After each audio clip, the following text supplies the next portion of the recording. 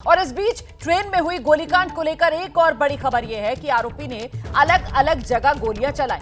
Coach में तीनों passengers अलग अलग जगह पर थे। B5 कोच में ताबड़तोड़ गोलियां दागी गई थी।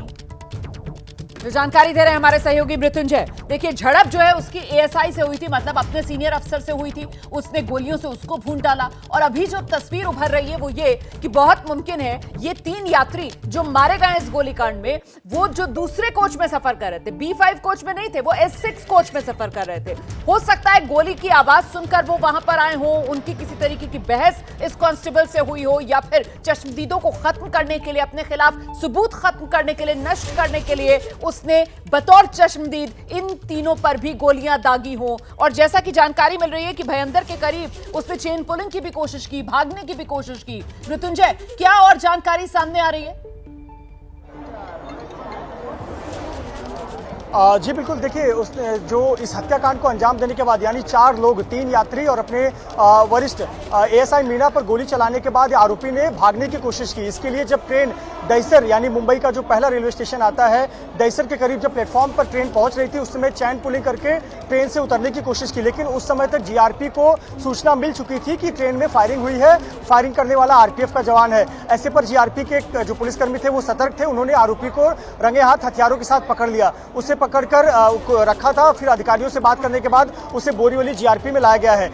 कुछ समय पहले ही जो RPF के कमिश्नर हैं सिन्हा, उन्होंने अपना एक बयान दिया और आधिकारिक बयान दिया। आधिकारिक बयान देते हुए ये कहा कि जो आरोपी है चेतन परमार, ये गुस्से वाला है। ये चेतन सिंह परमार काफी क्रोध वाला है इसका नेचर। और साथ ही साथ ये भी बताया कि जो पहली गोली चली थी वो ASI मीणा पर चली थी। सबसे पहले ASI मीणा को ही निशाना बनाया था और दोनों के बीच में झगड़ा और बहस हुई थी, इस प्रकार की जानकारी है। सूरत से ये सभी लोग चढ़े थे और सूरत से चढ़ने के बाद से ही इनके बीच में लगातार झगड़ा हो रहा था। आप रहिए मेरे साथ, मीणा को सबसे पहले गोली मारी थी। आपके पास ये जो RPF के बड़े अधिकारी हैं प्रवीण सिन्हा, इन्होंने जो जानकारियां साझा की हैं जरा सुनाते हैं दर्शकों।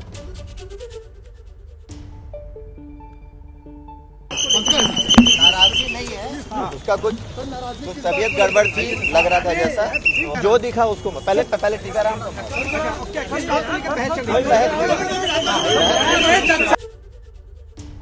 एक बार फिर से आपको लेकर चलते हैं। मृत्युंजय इस वक्त हमारे साथ मौजूद है। मृत्युंजय, जो यहाँ पर प्रवीण सिन्हा कह रहे हैं वो तो बहुत ही खतरनाक है कि साहब जो दिखा उसको वो मारता चला गया। सबसे पहले ASI पर उसने गोली बरसाई और उसके बाद जो भी उसकी नजर के सामने आया ताबड़तोड़ सब पर फायरिंग।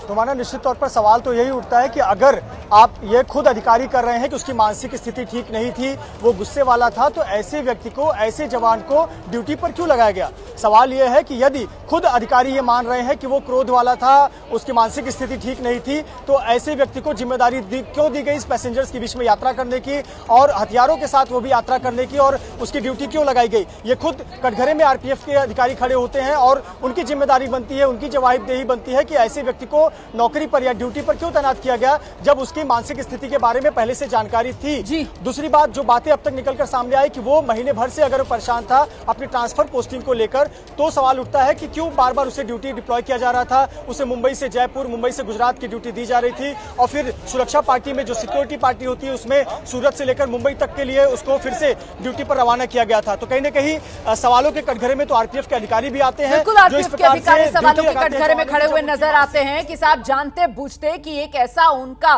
कर्मचारी है जो बहुत ही गुस्से वाला है, जिसकी मानसिक स्थिति सही नहीं है, उसको आप लोगों की सुरक्षा में तैनात करते हैं, वो भी इस तरीके के खतरनाक हथियार के साथ जिसकी तुलना AK-47 से की जाती है, और फिर वो अपना दिमागी संतुलन खोता है जिस तरीके से अधिकारी बता रहे हैं, और जो उसकी आंखों के सामने आता जाता है उस पर वो ताबड़तोड़ गोलियां बरसाता चला जाता है। अभी तक जो जानकारी आई थी मृत्युंजय, जब मैं पिछली बार आपसे बात कर रही थी, इस खबर पर अपडेट ले रही थी, तो एक यात्री तो वो कादर भाई थे जिनकी मौत हुई है इस गोलीबारी की चपेट में आकर। बाकी 2 और कौन है, शिनाख्त हो पाई क्या? जी बिल्कुल, एक पीड़ित परिवार मैं जरा सा के आपको रोक रही हूँ मृत्युंजय, आपको रोकूंगी इस वक्त। पत्रकारिता कोई इमोशन नहीं है, ना अपना कोई ज्ञान देना है और ना कोई विचार थोपना है। पत्रकारिता क्या है? पत्रकारिता का मतलब है सही जानकारी इकट्ठा करना और तथ्य बताना। पत्रकारिता आज जितने महत्वपूर्ण दौर में है, शायद पहले नहीं थी। इस दौर से निकलने के लिए सिर्फ सच दिखाने की जरूरत है, वो सच जो आपके हित को आगे रखे। इसलिए अब रात 9 बजे प्राइम टाइम नहीं होगा, ये आपका टाइम है। जगविंदर पटियाल के साथ देखिए पब्लिक इंटरेस्ट 17 जुलाई से सोमवार से शुक्रवार रात 9 बजे सिर्फ एबीपी न्यूज पर। एबीपी न्यूज आपको रखे आगे।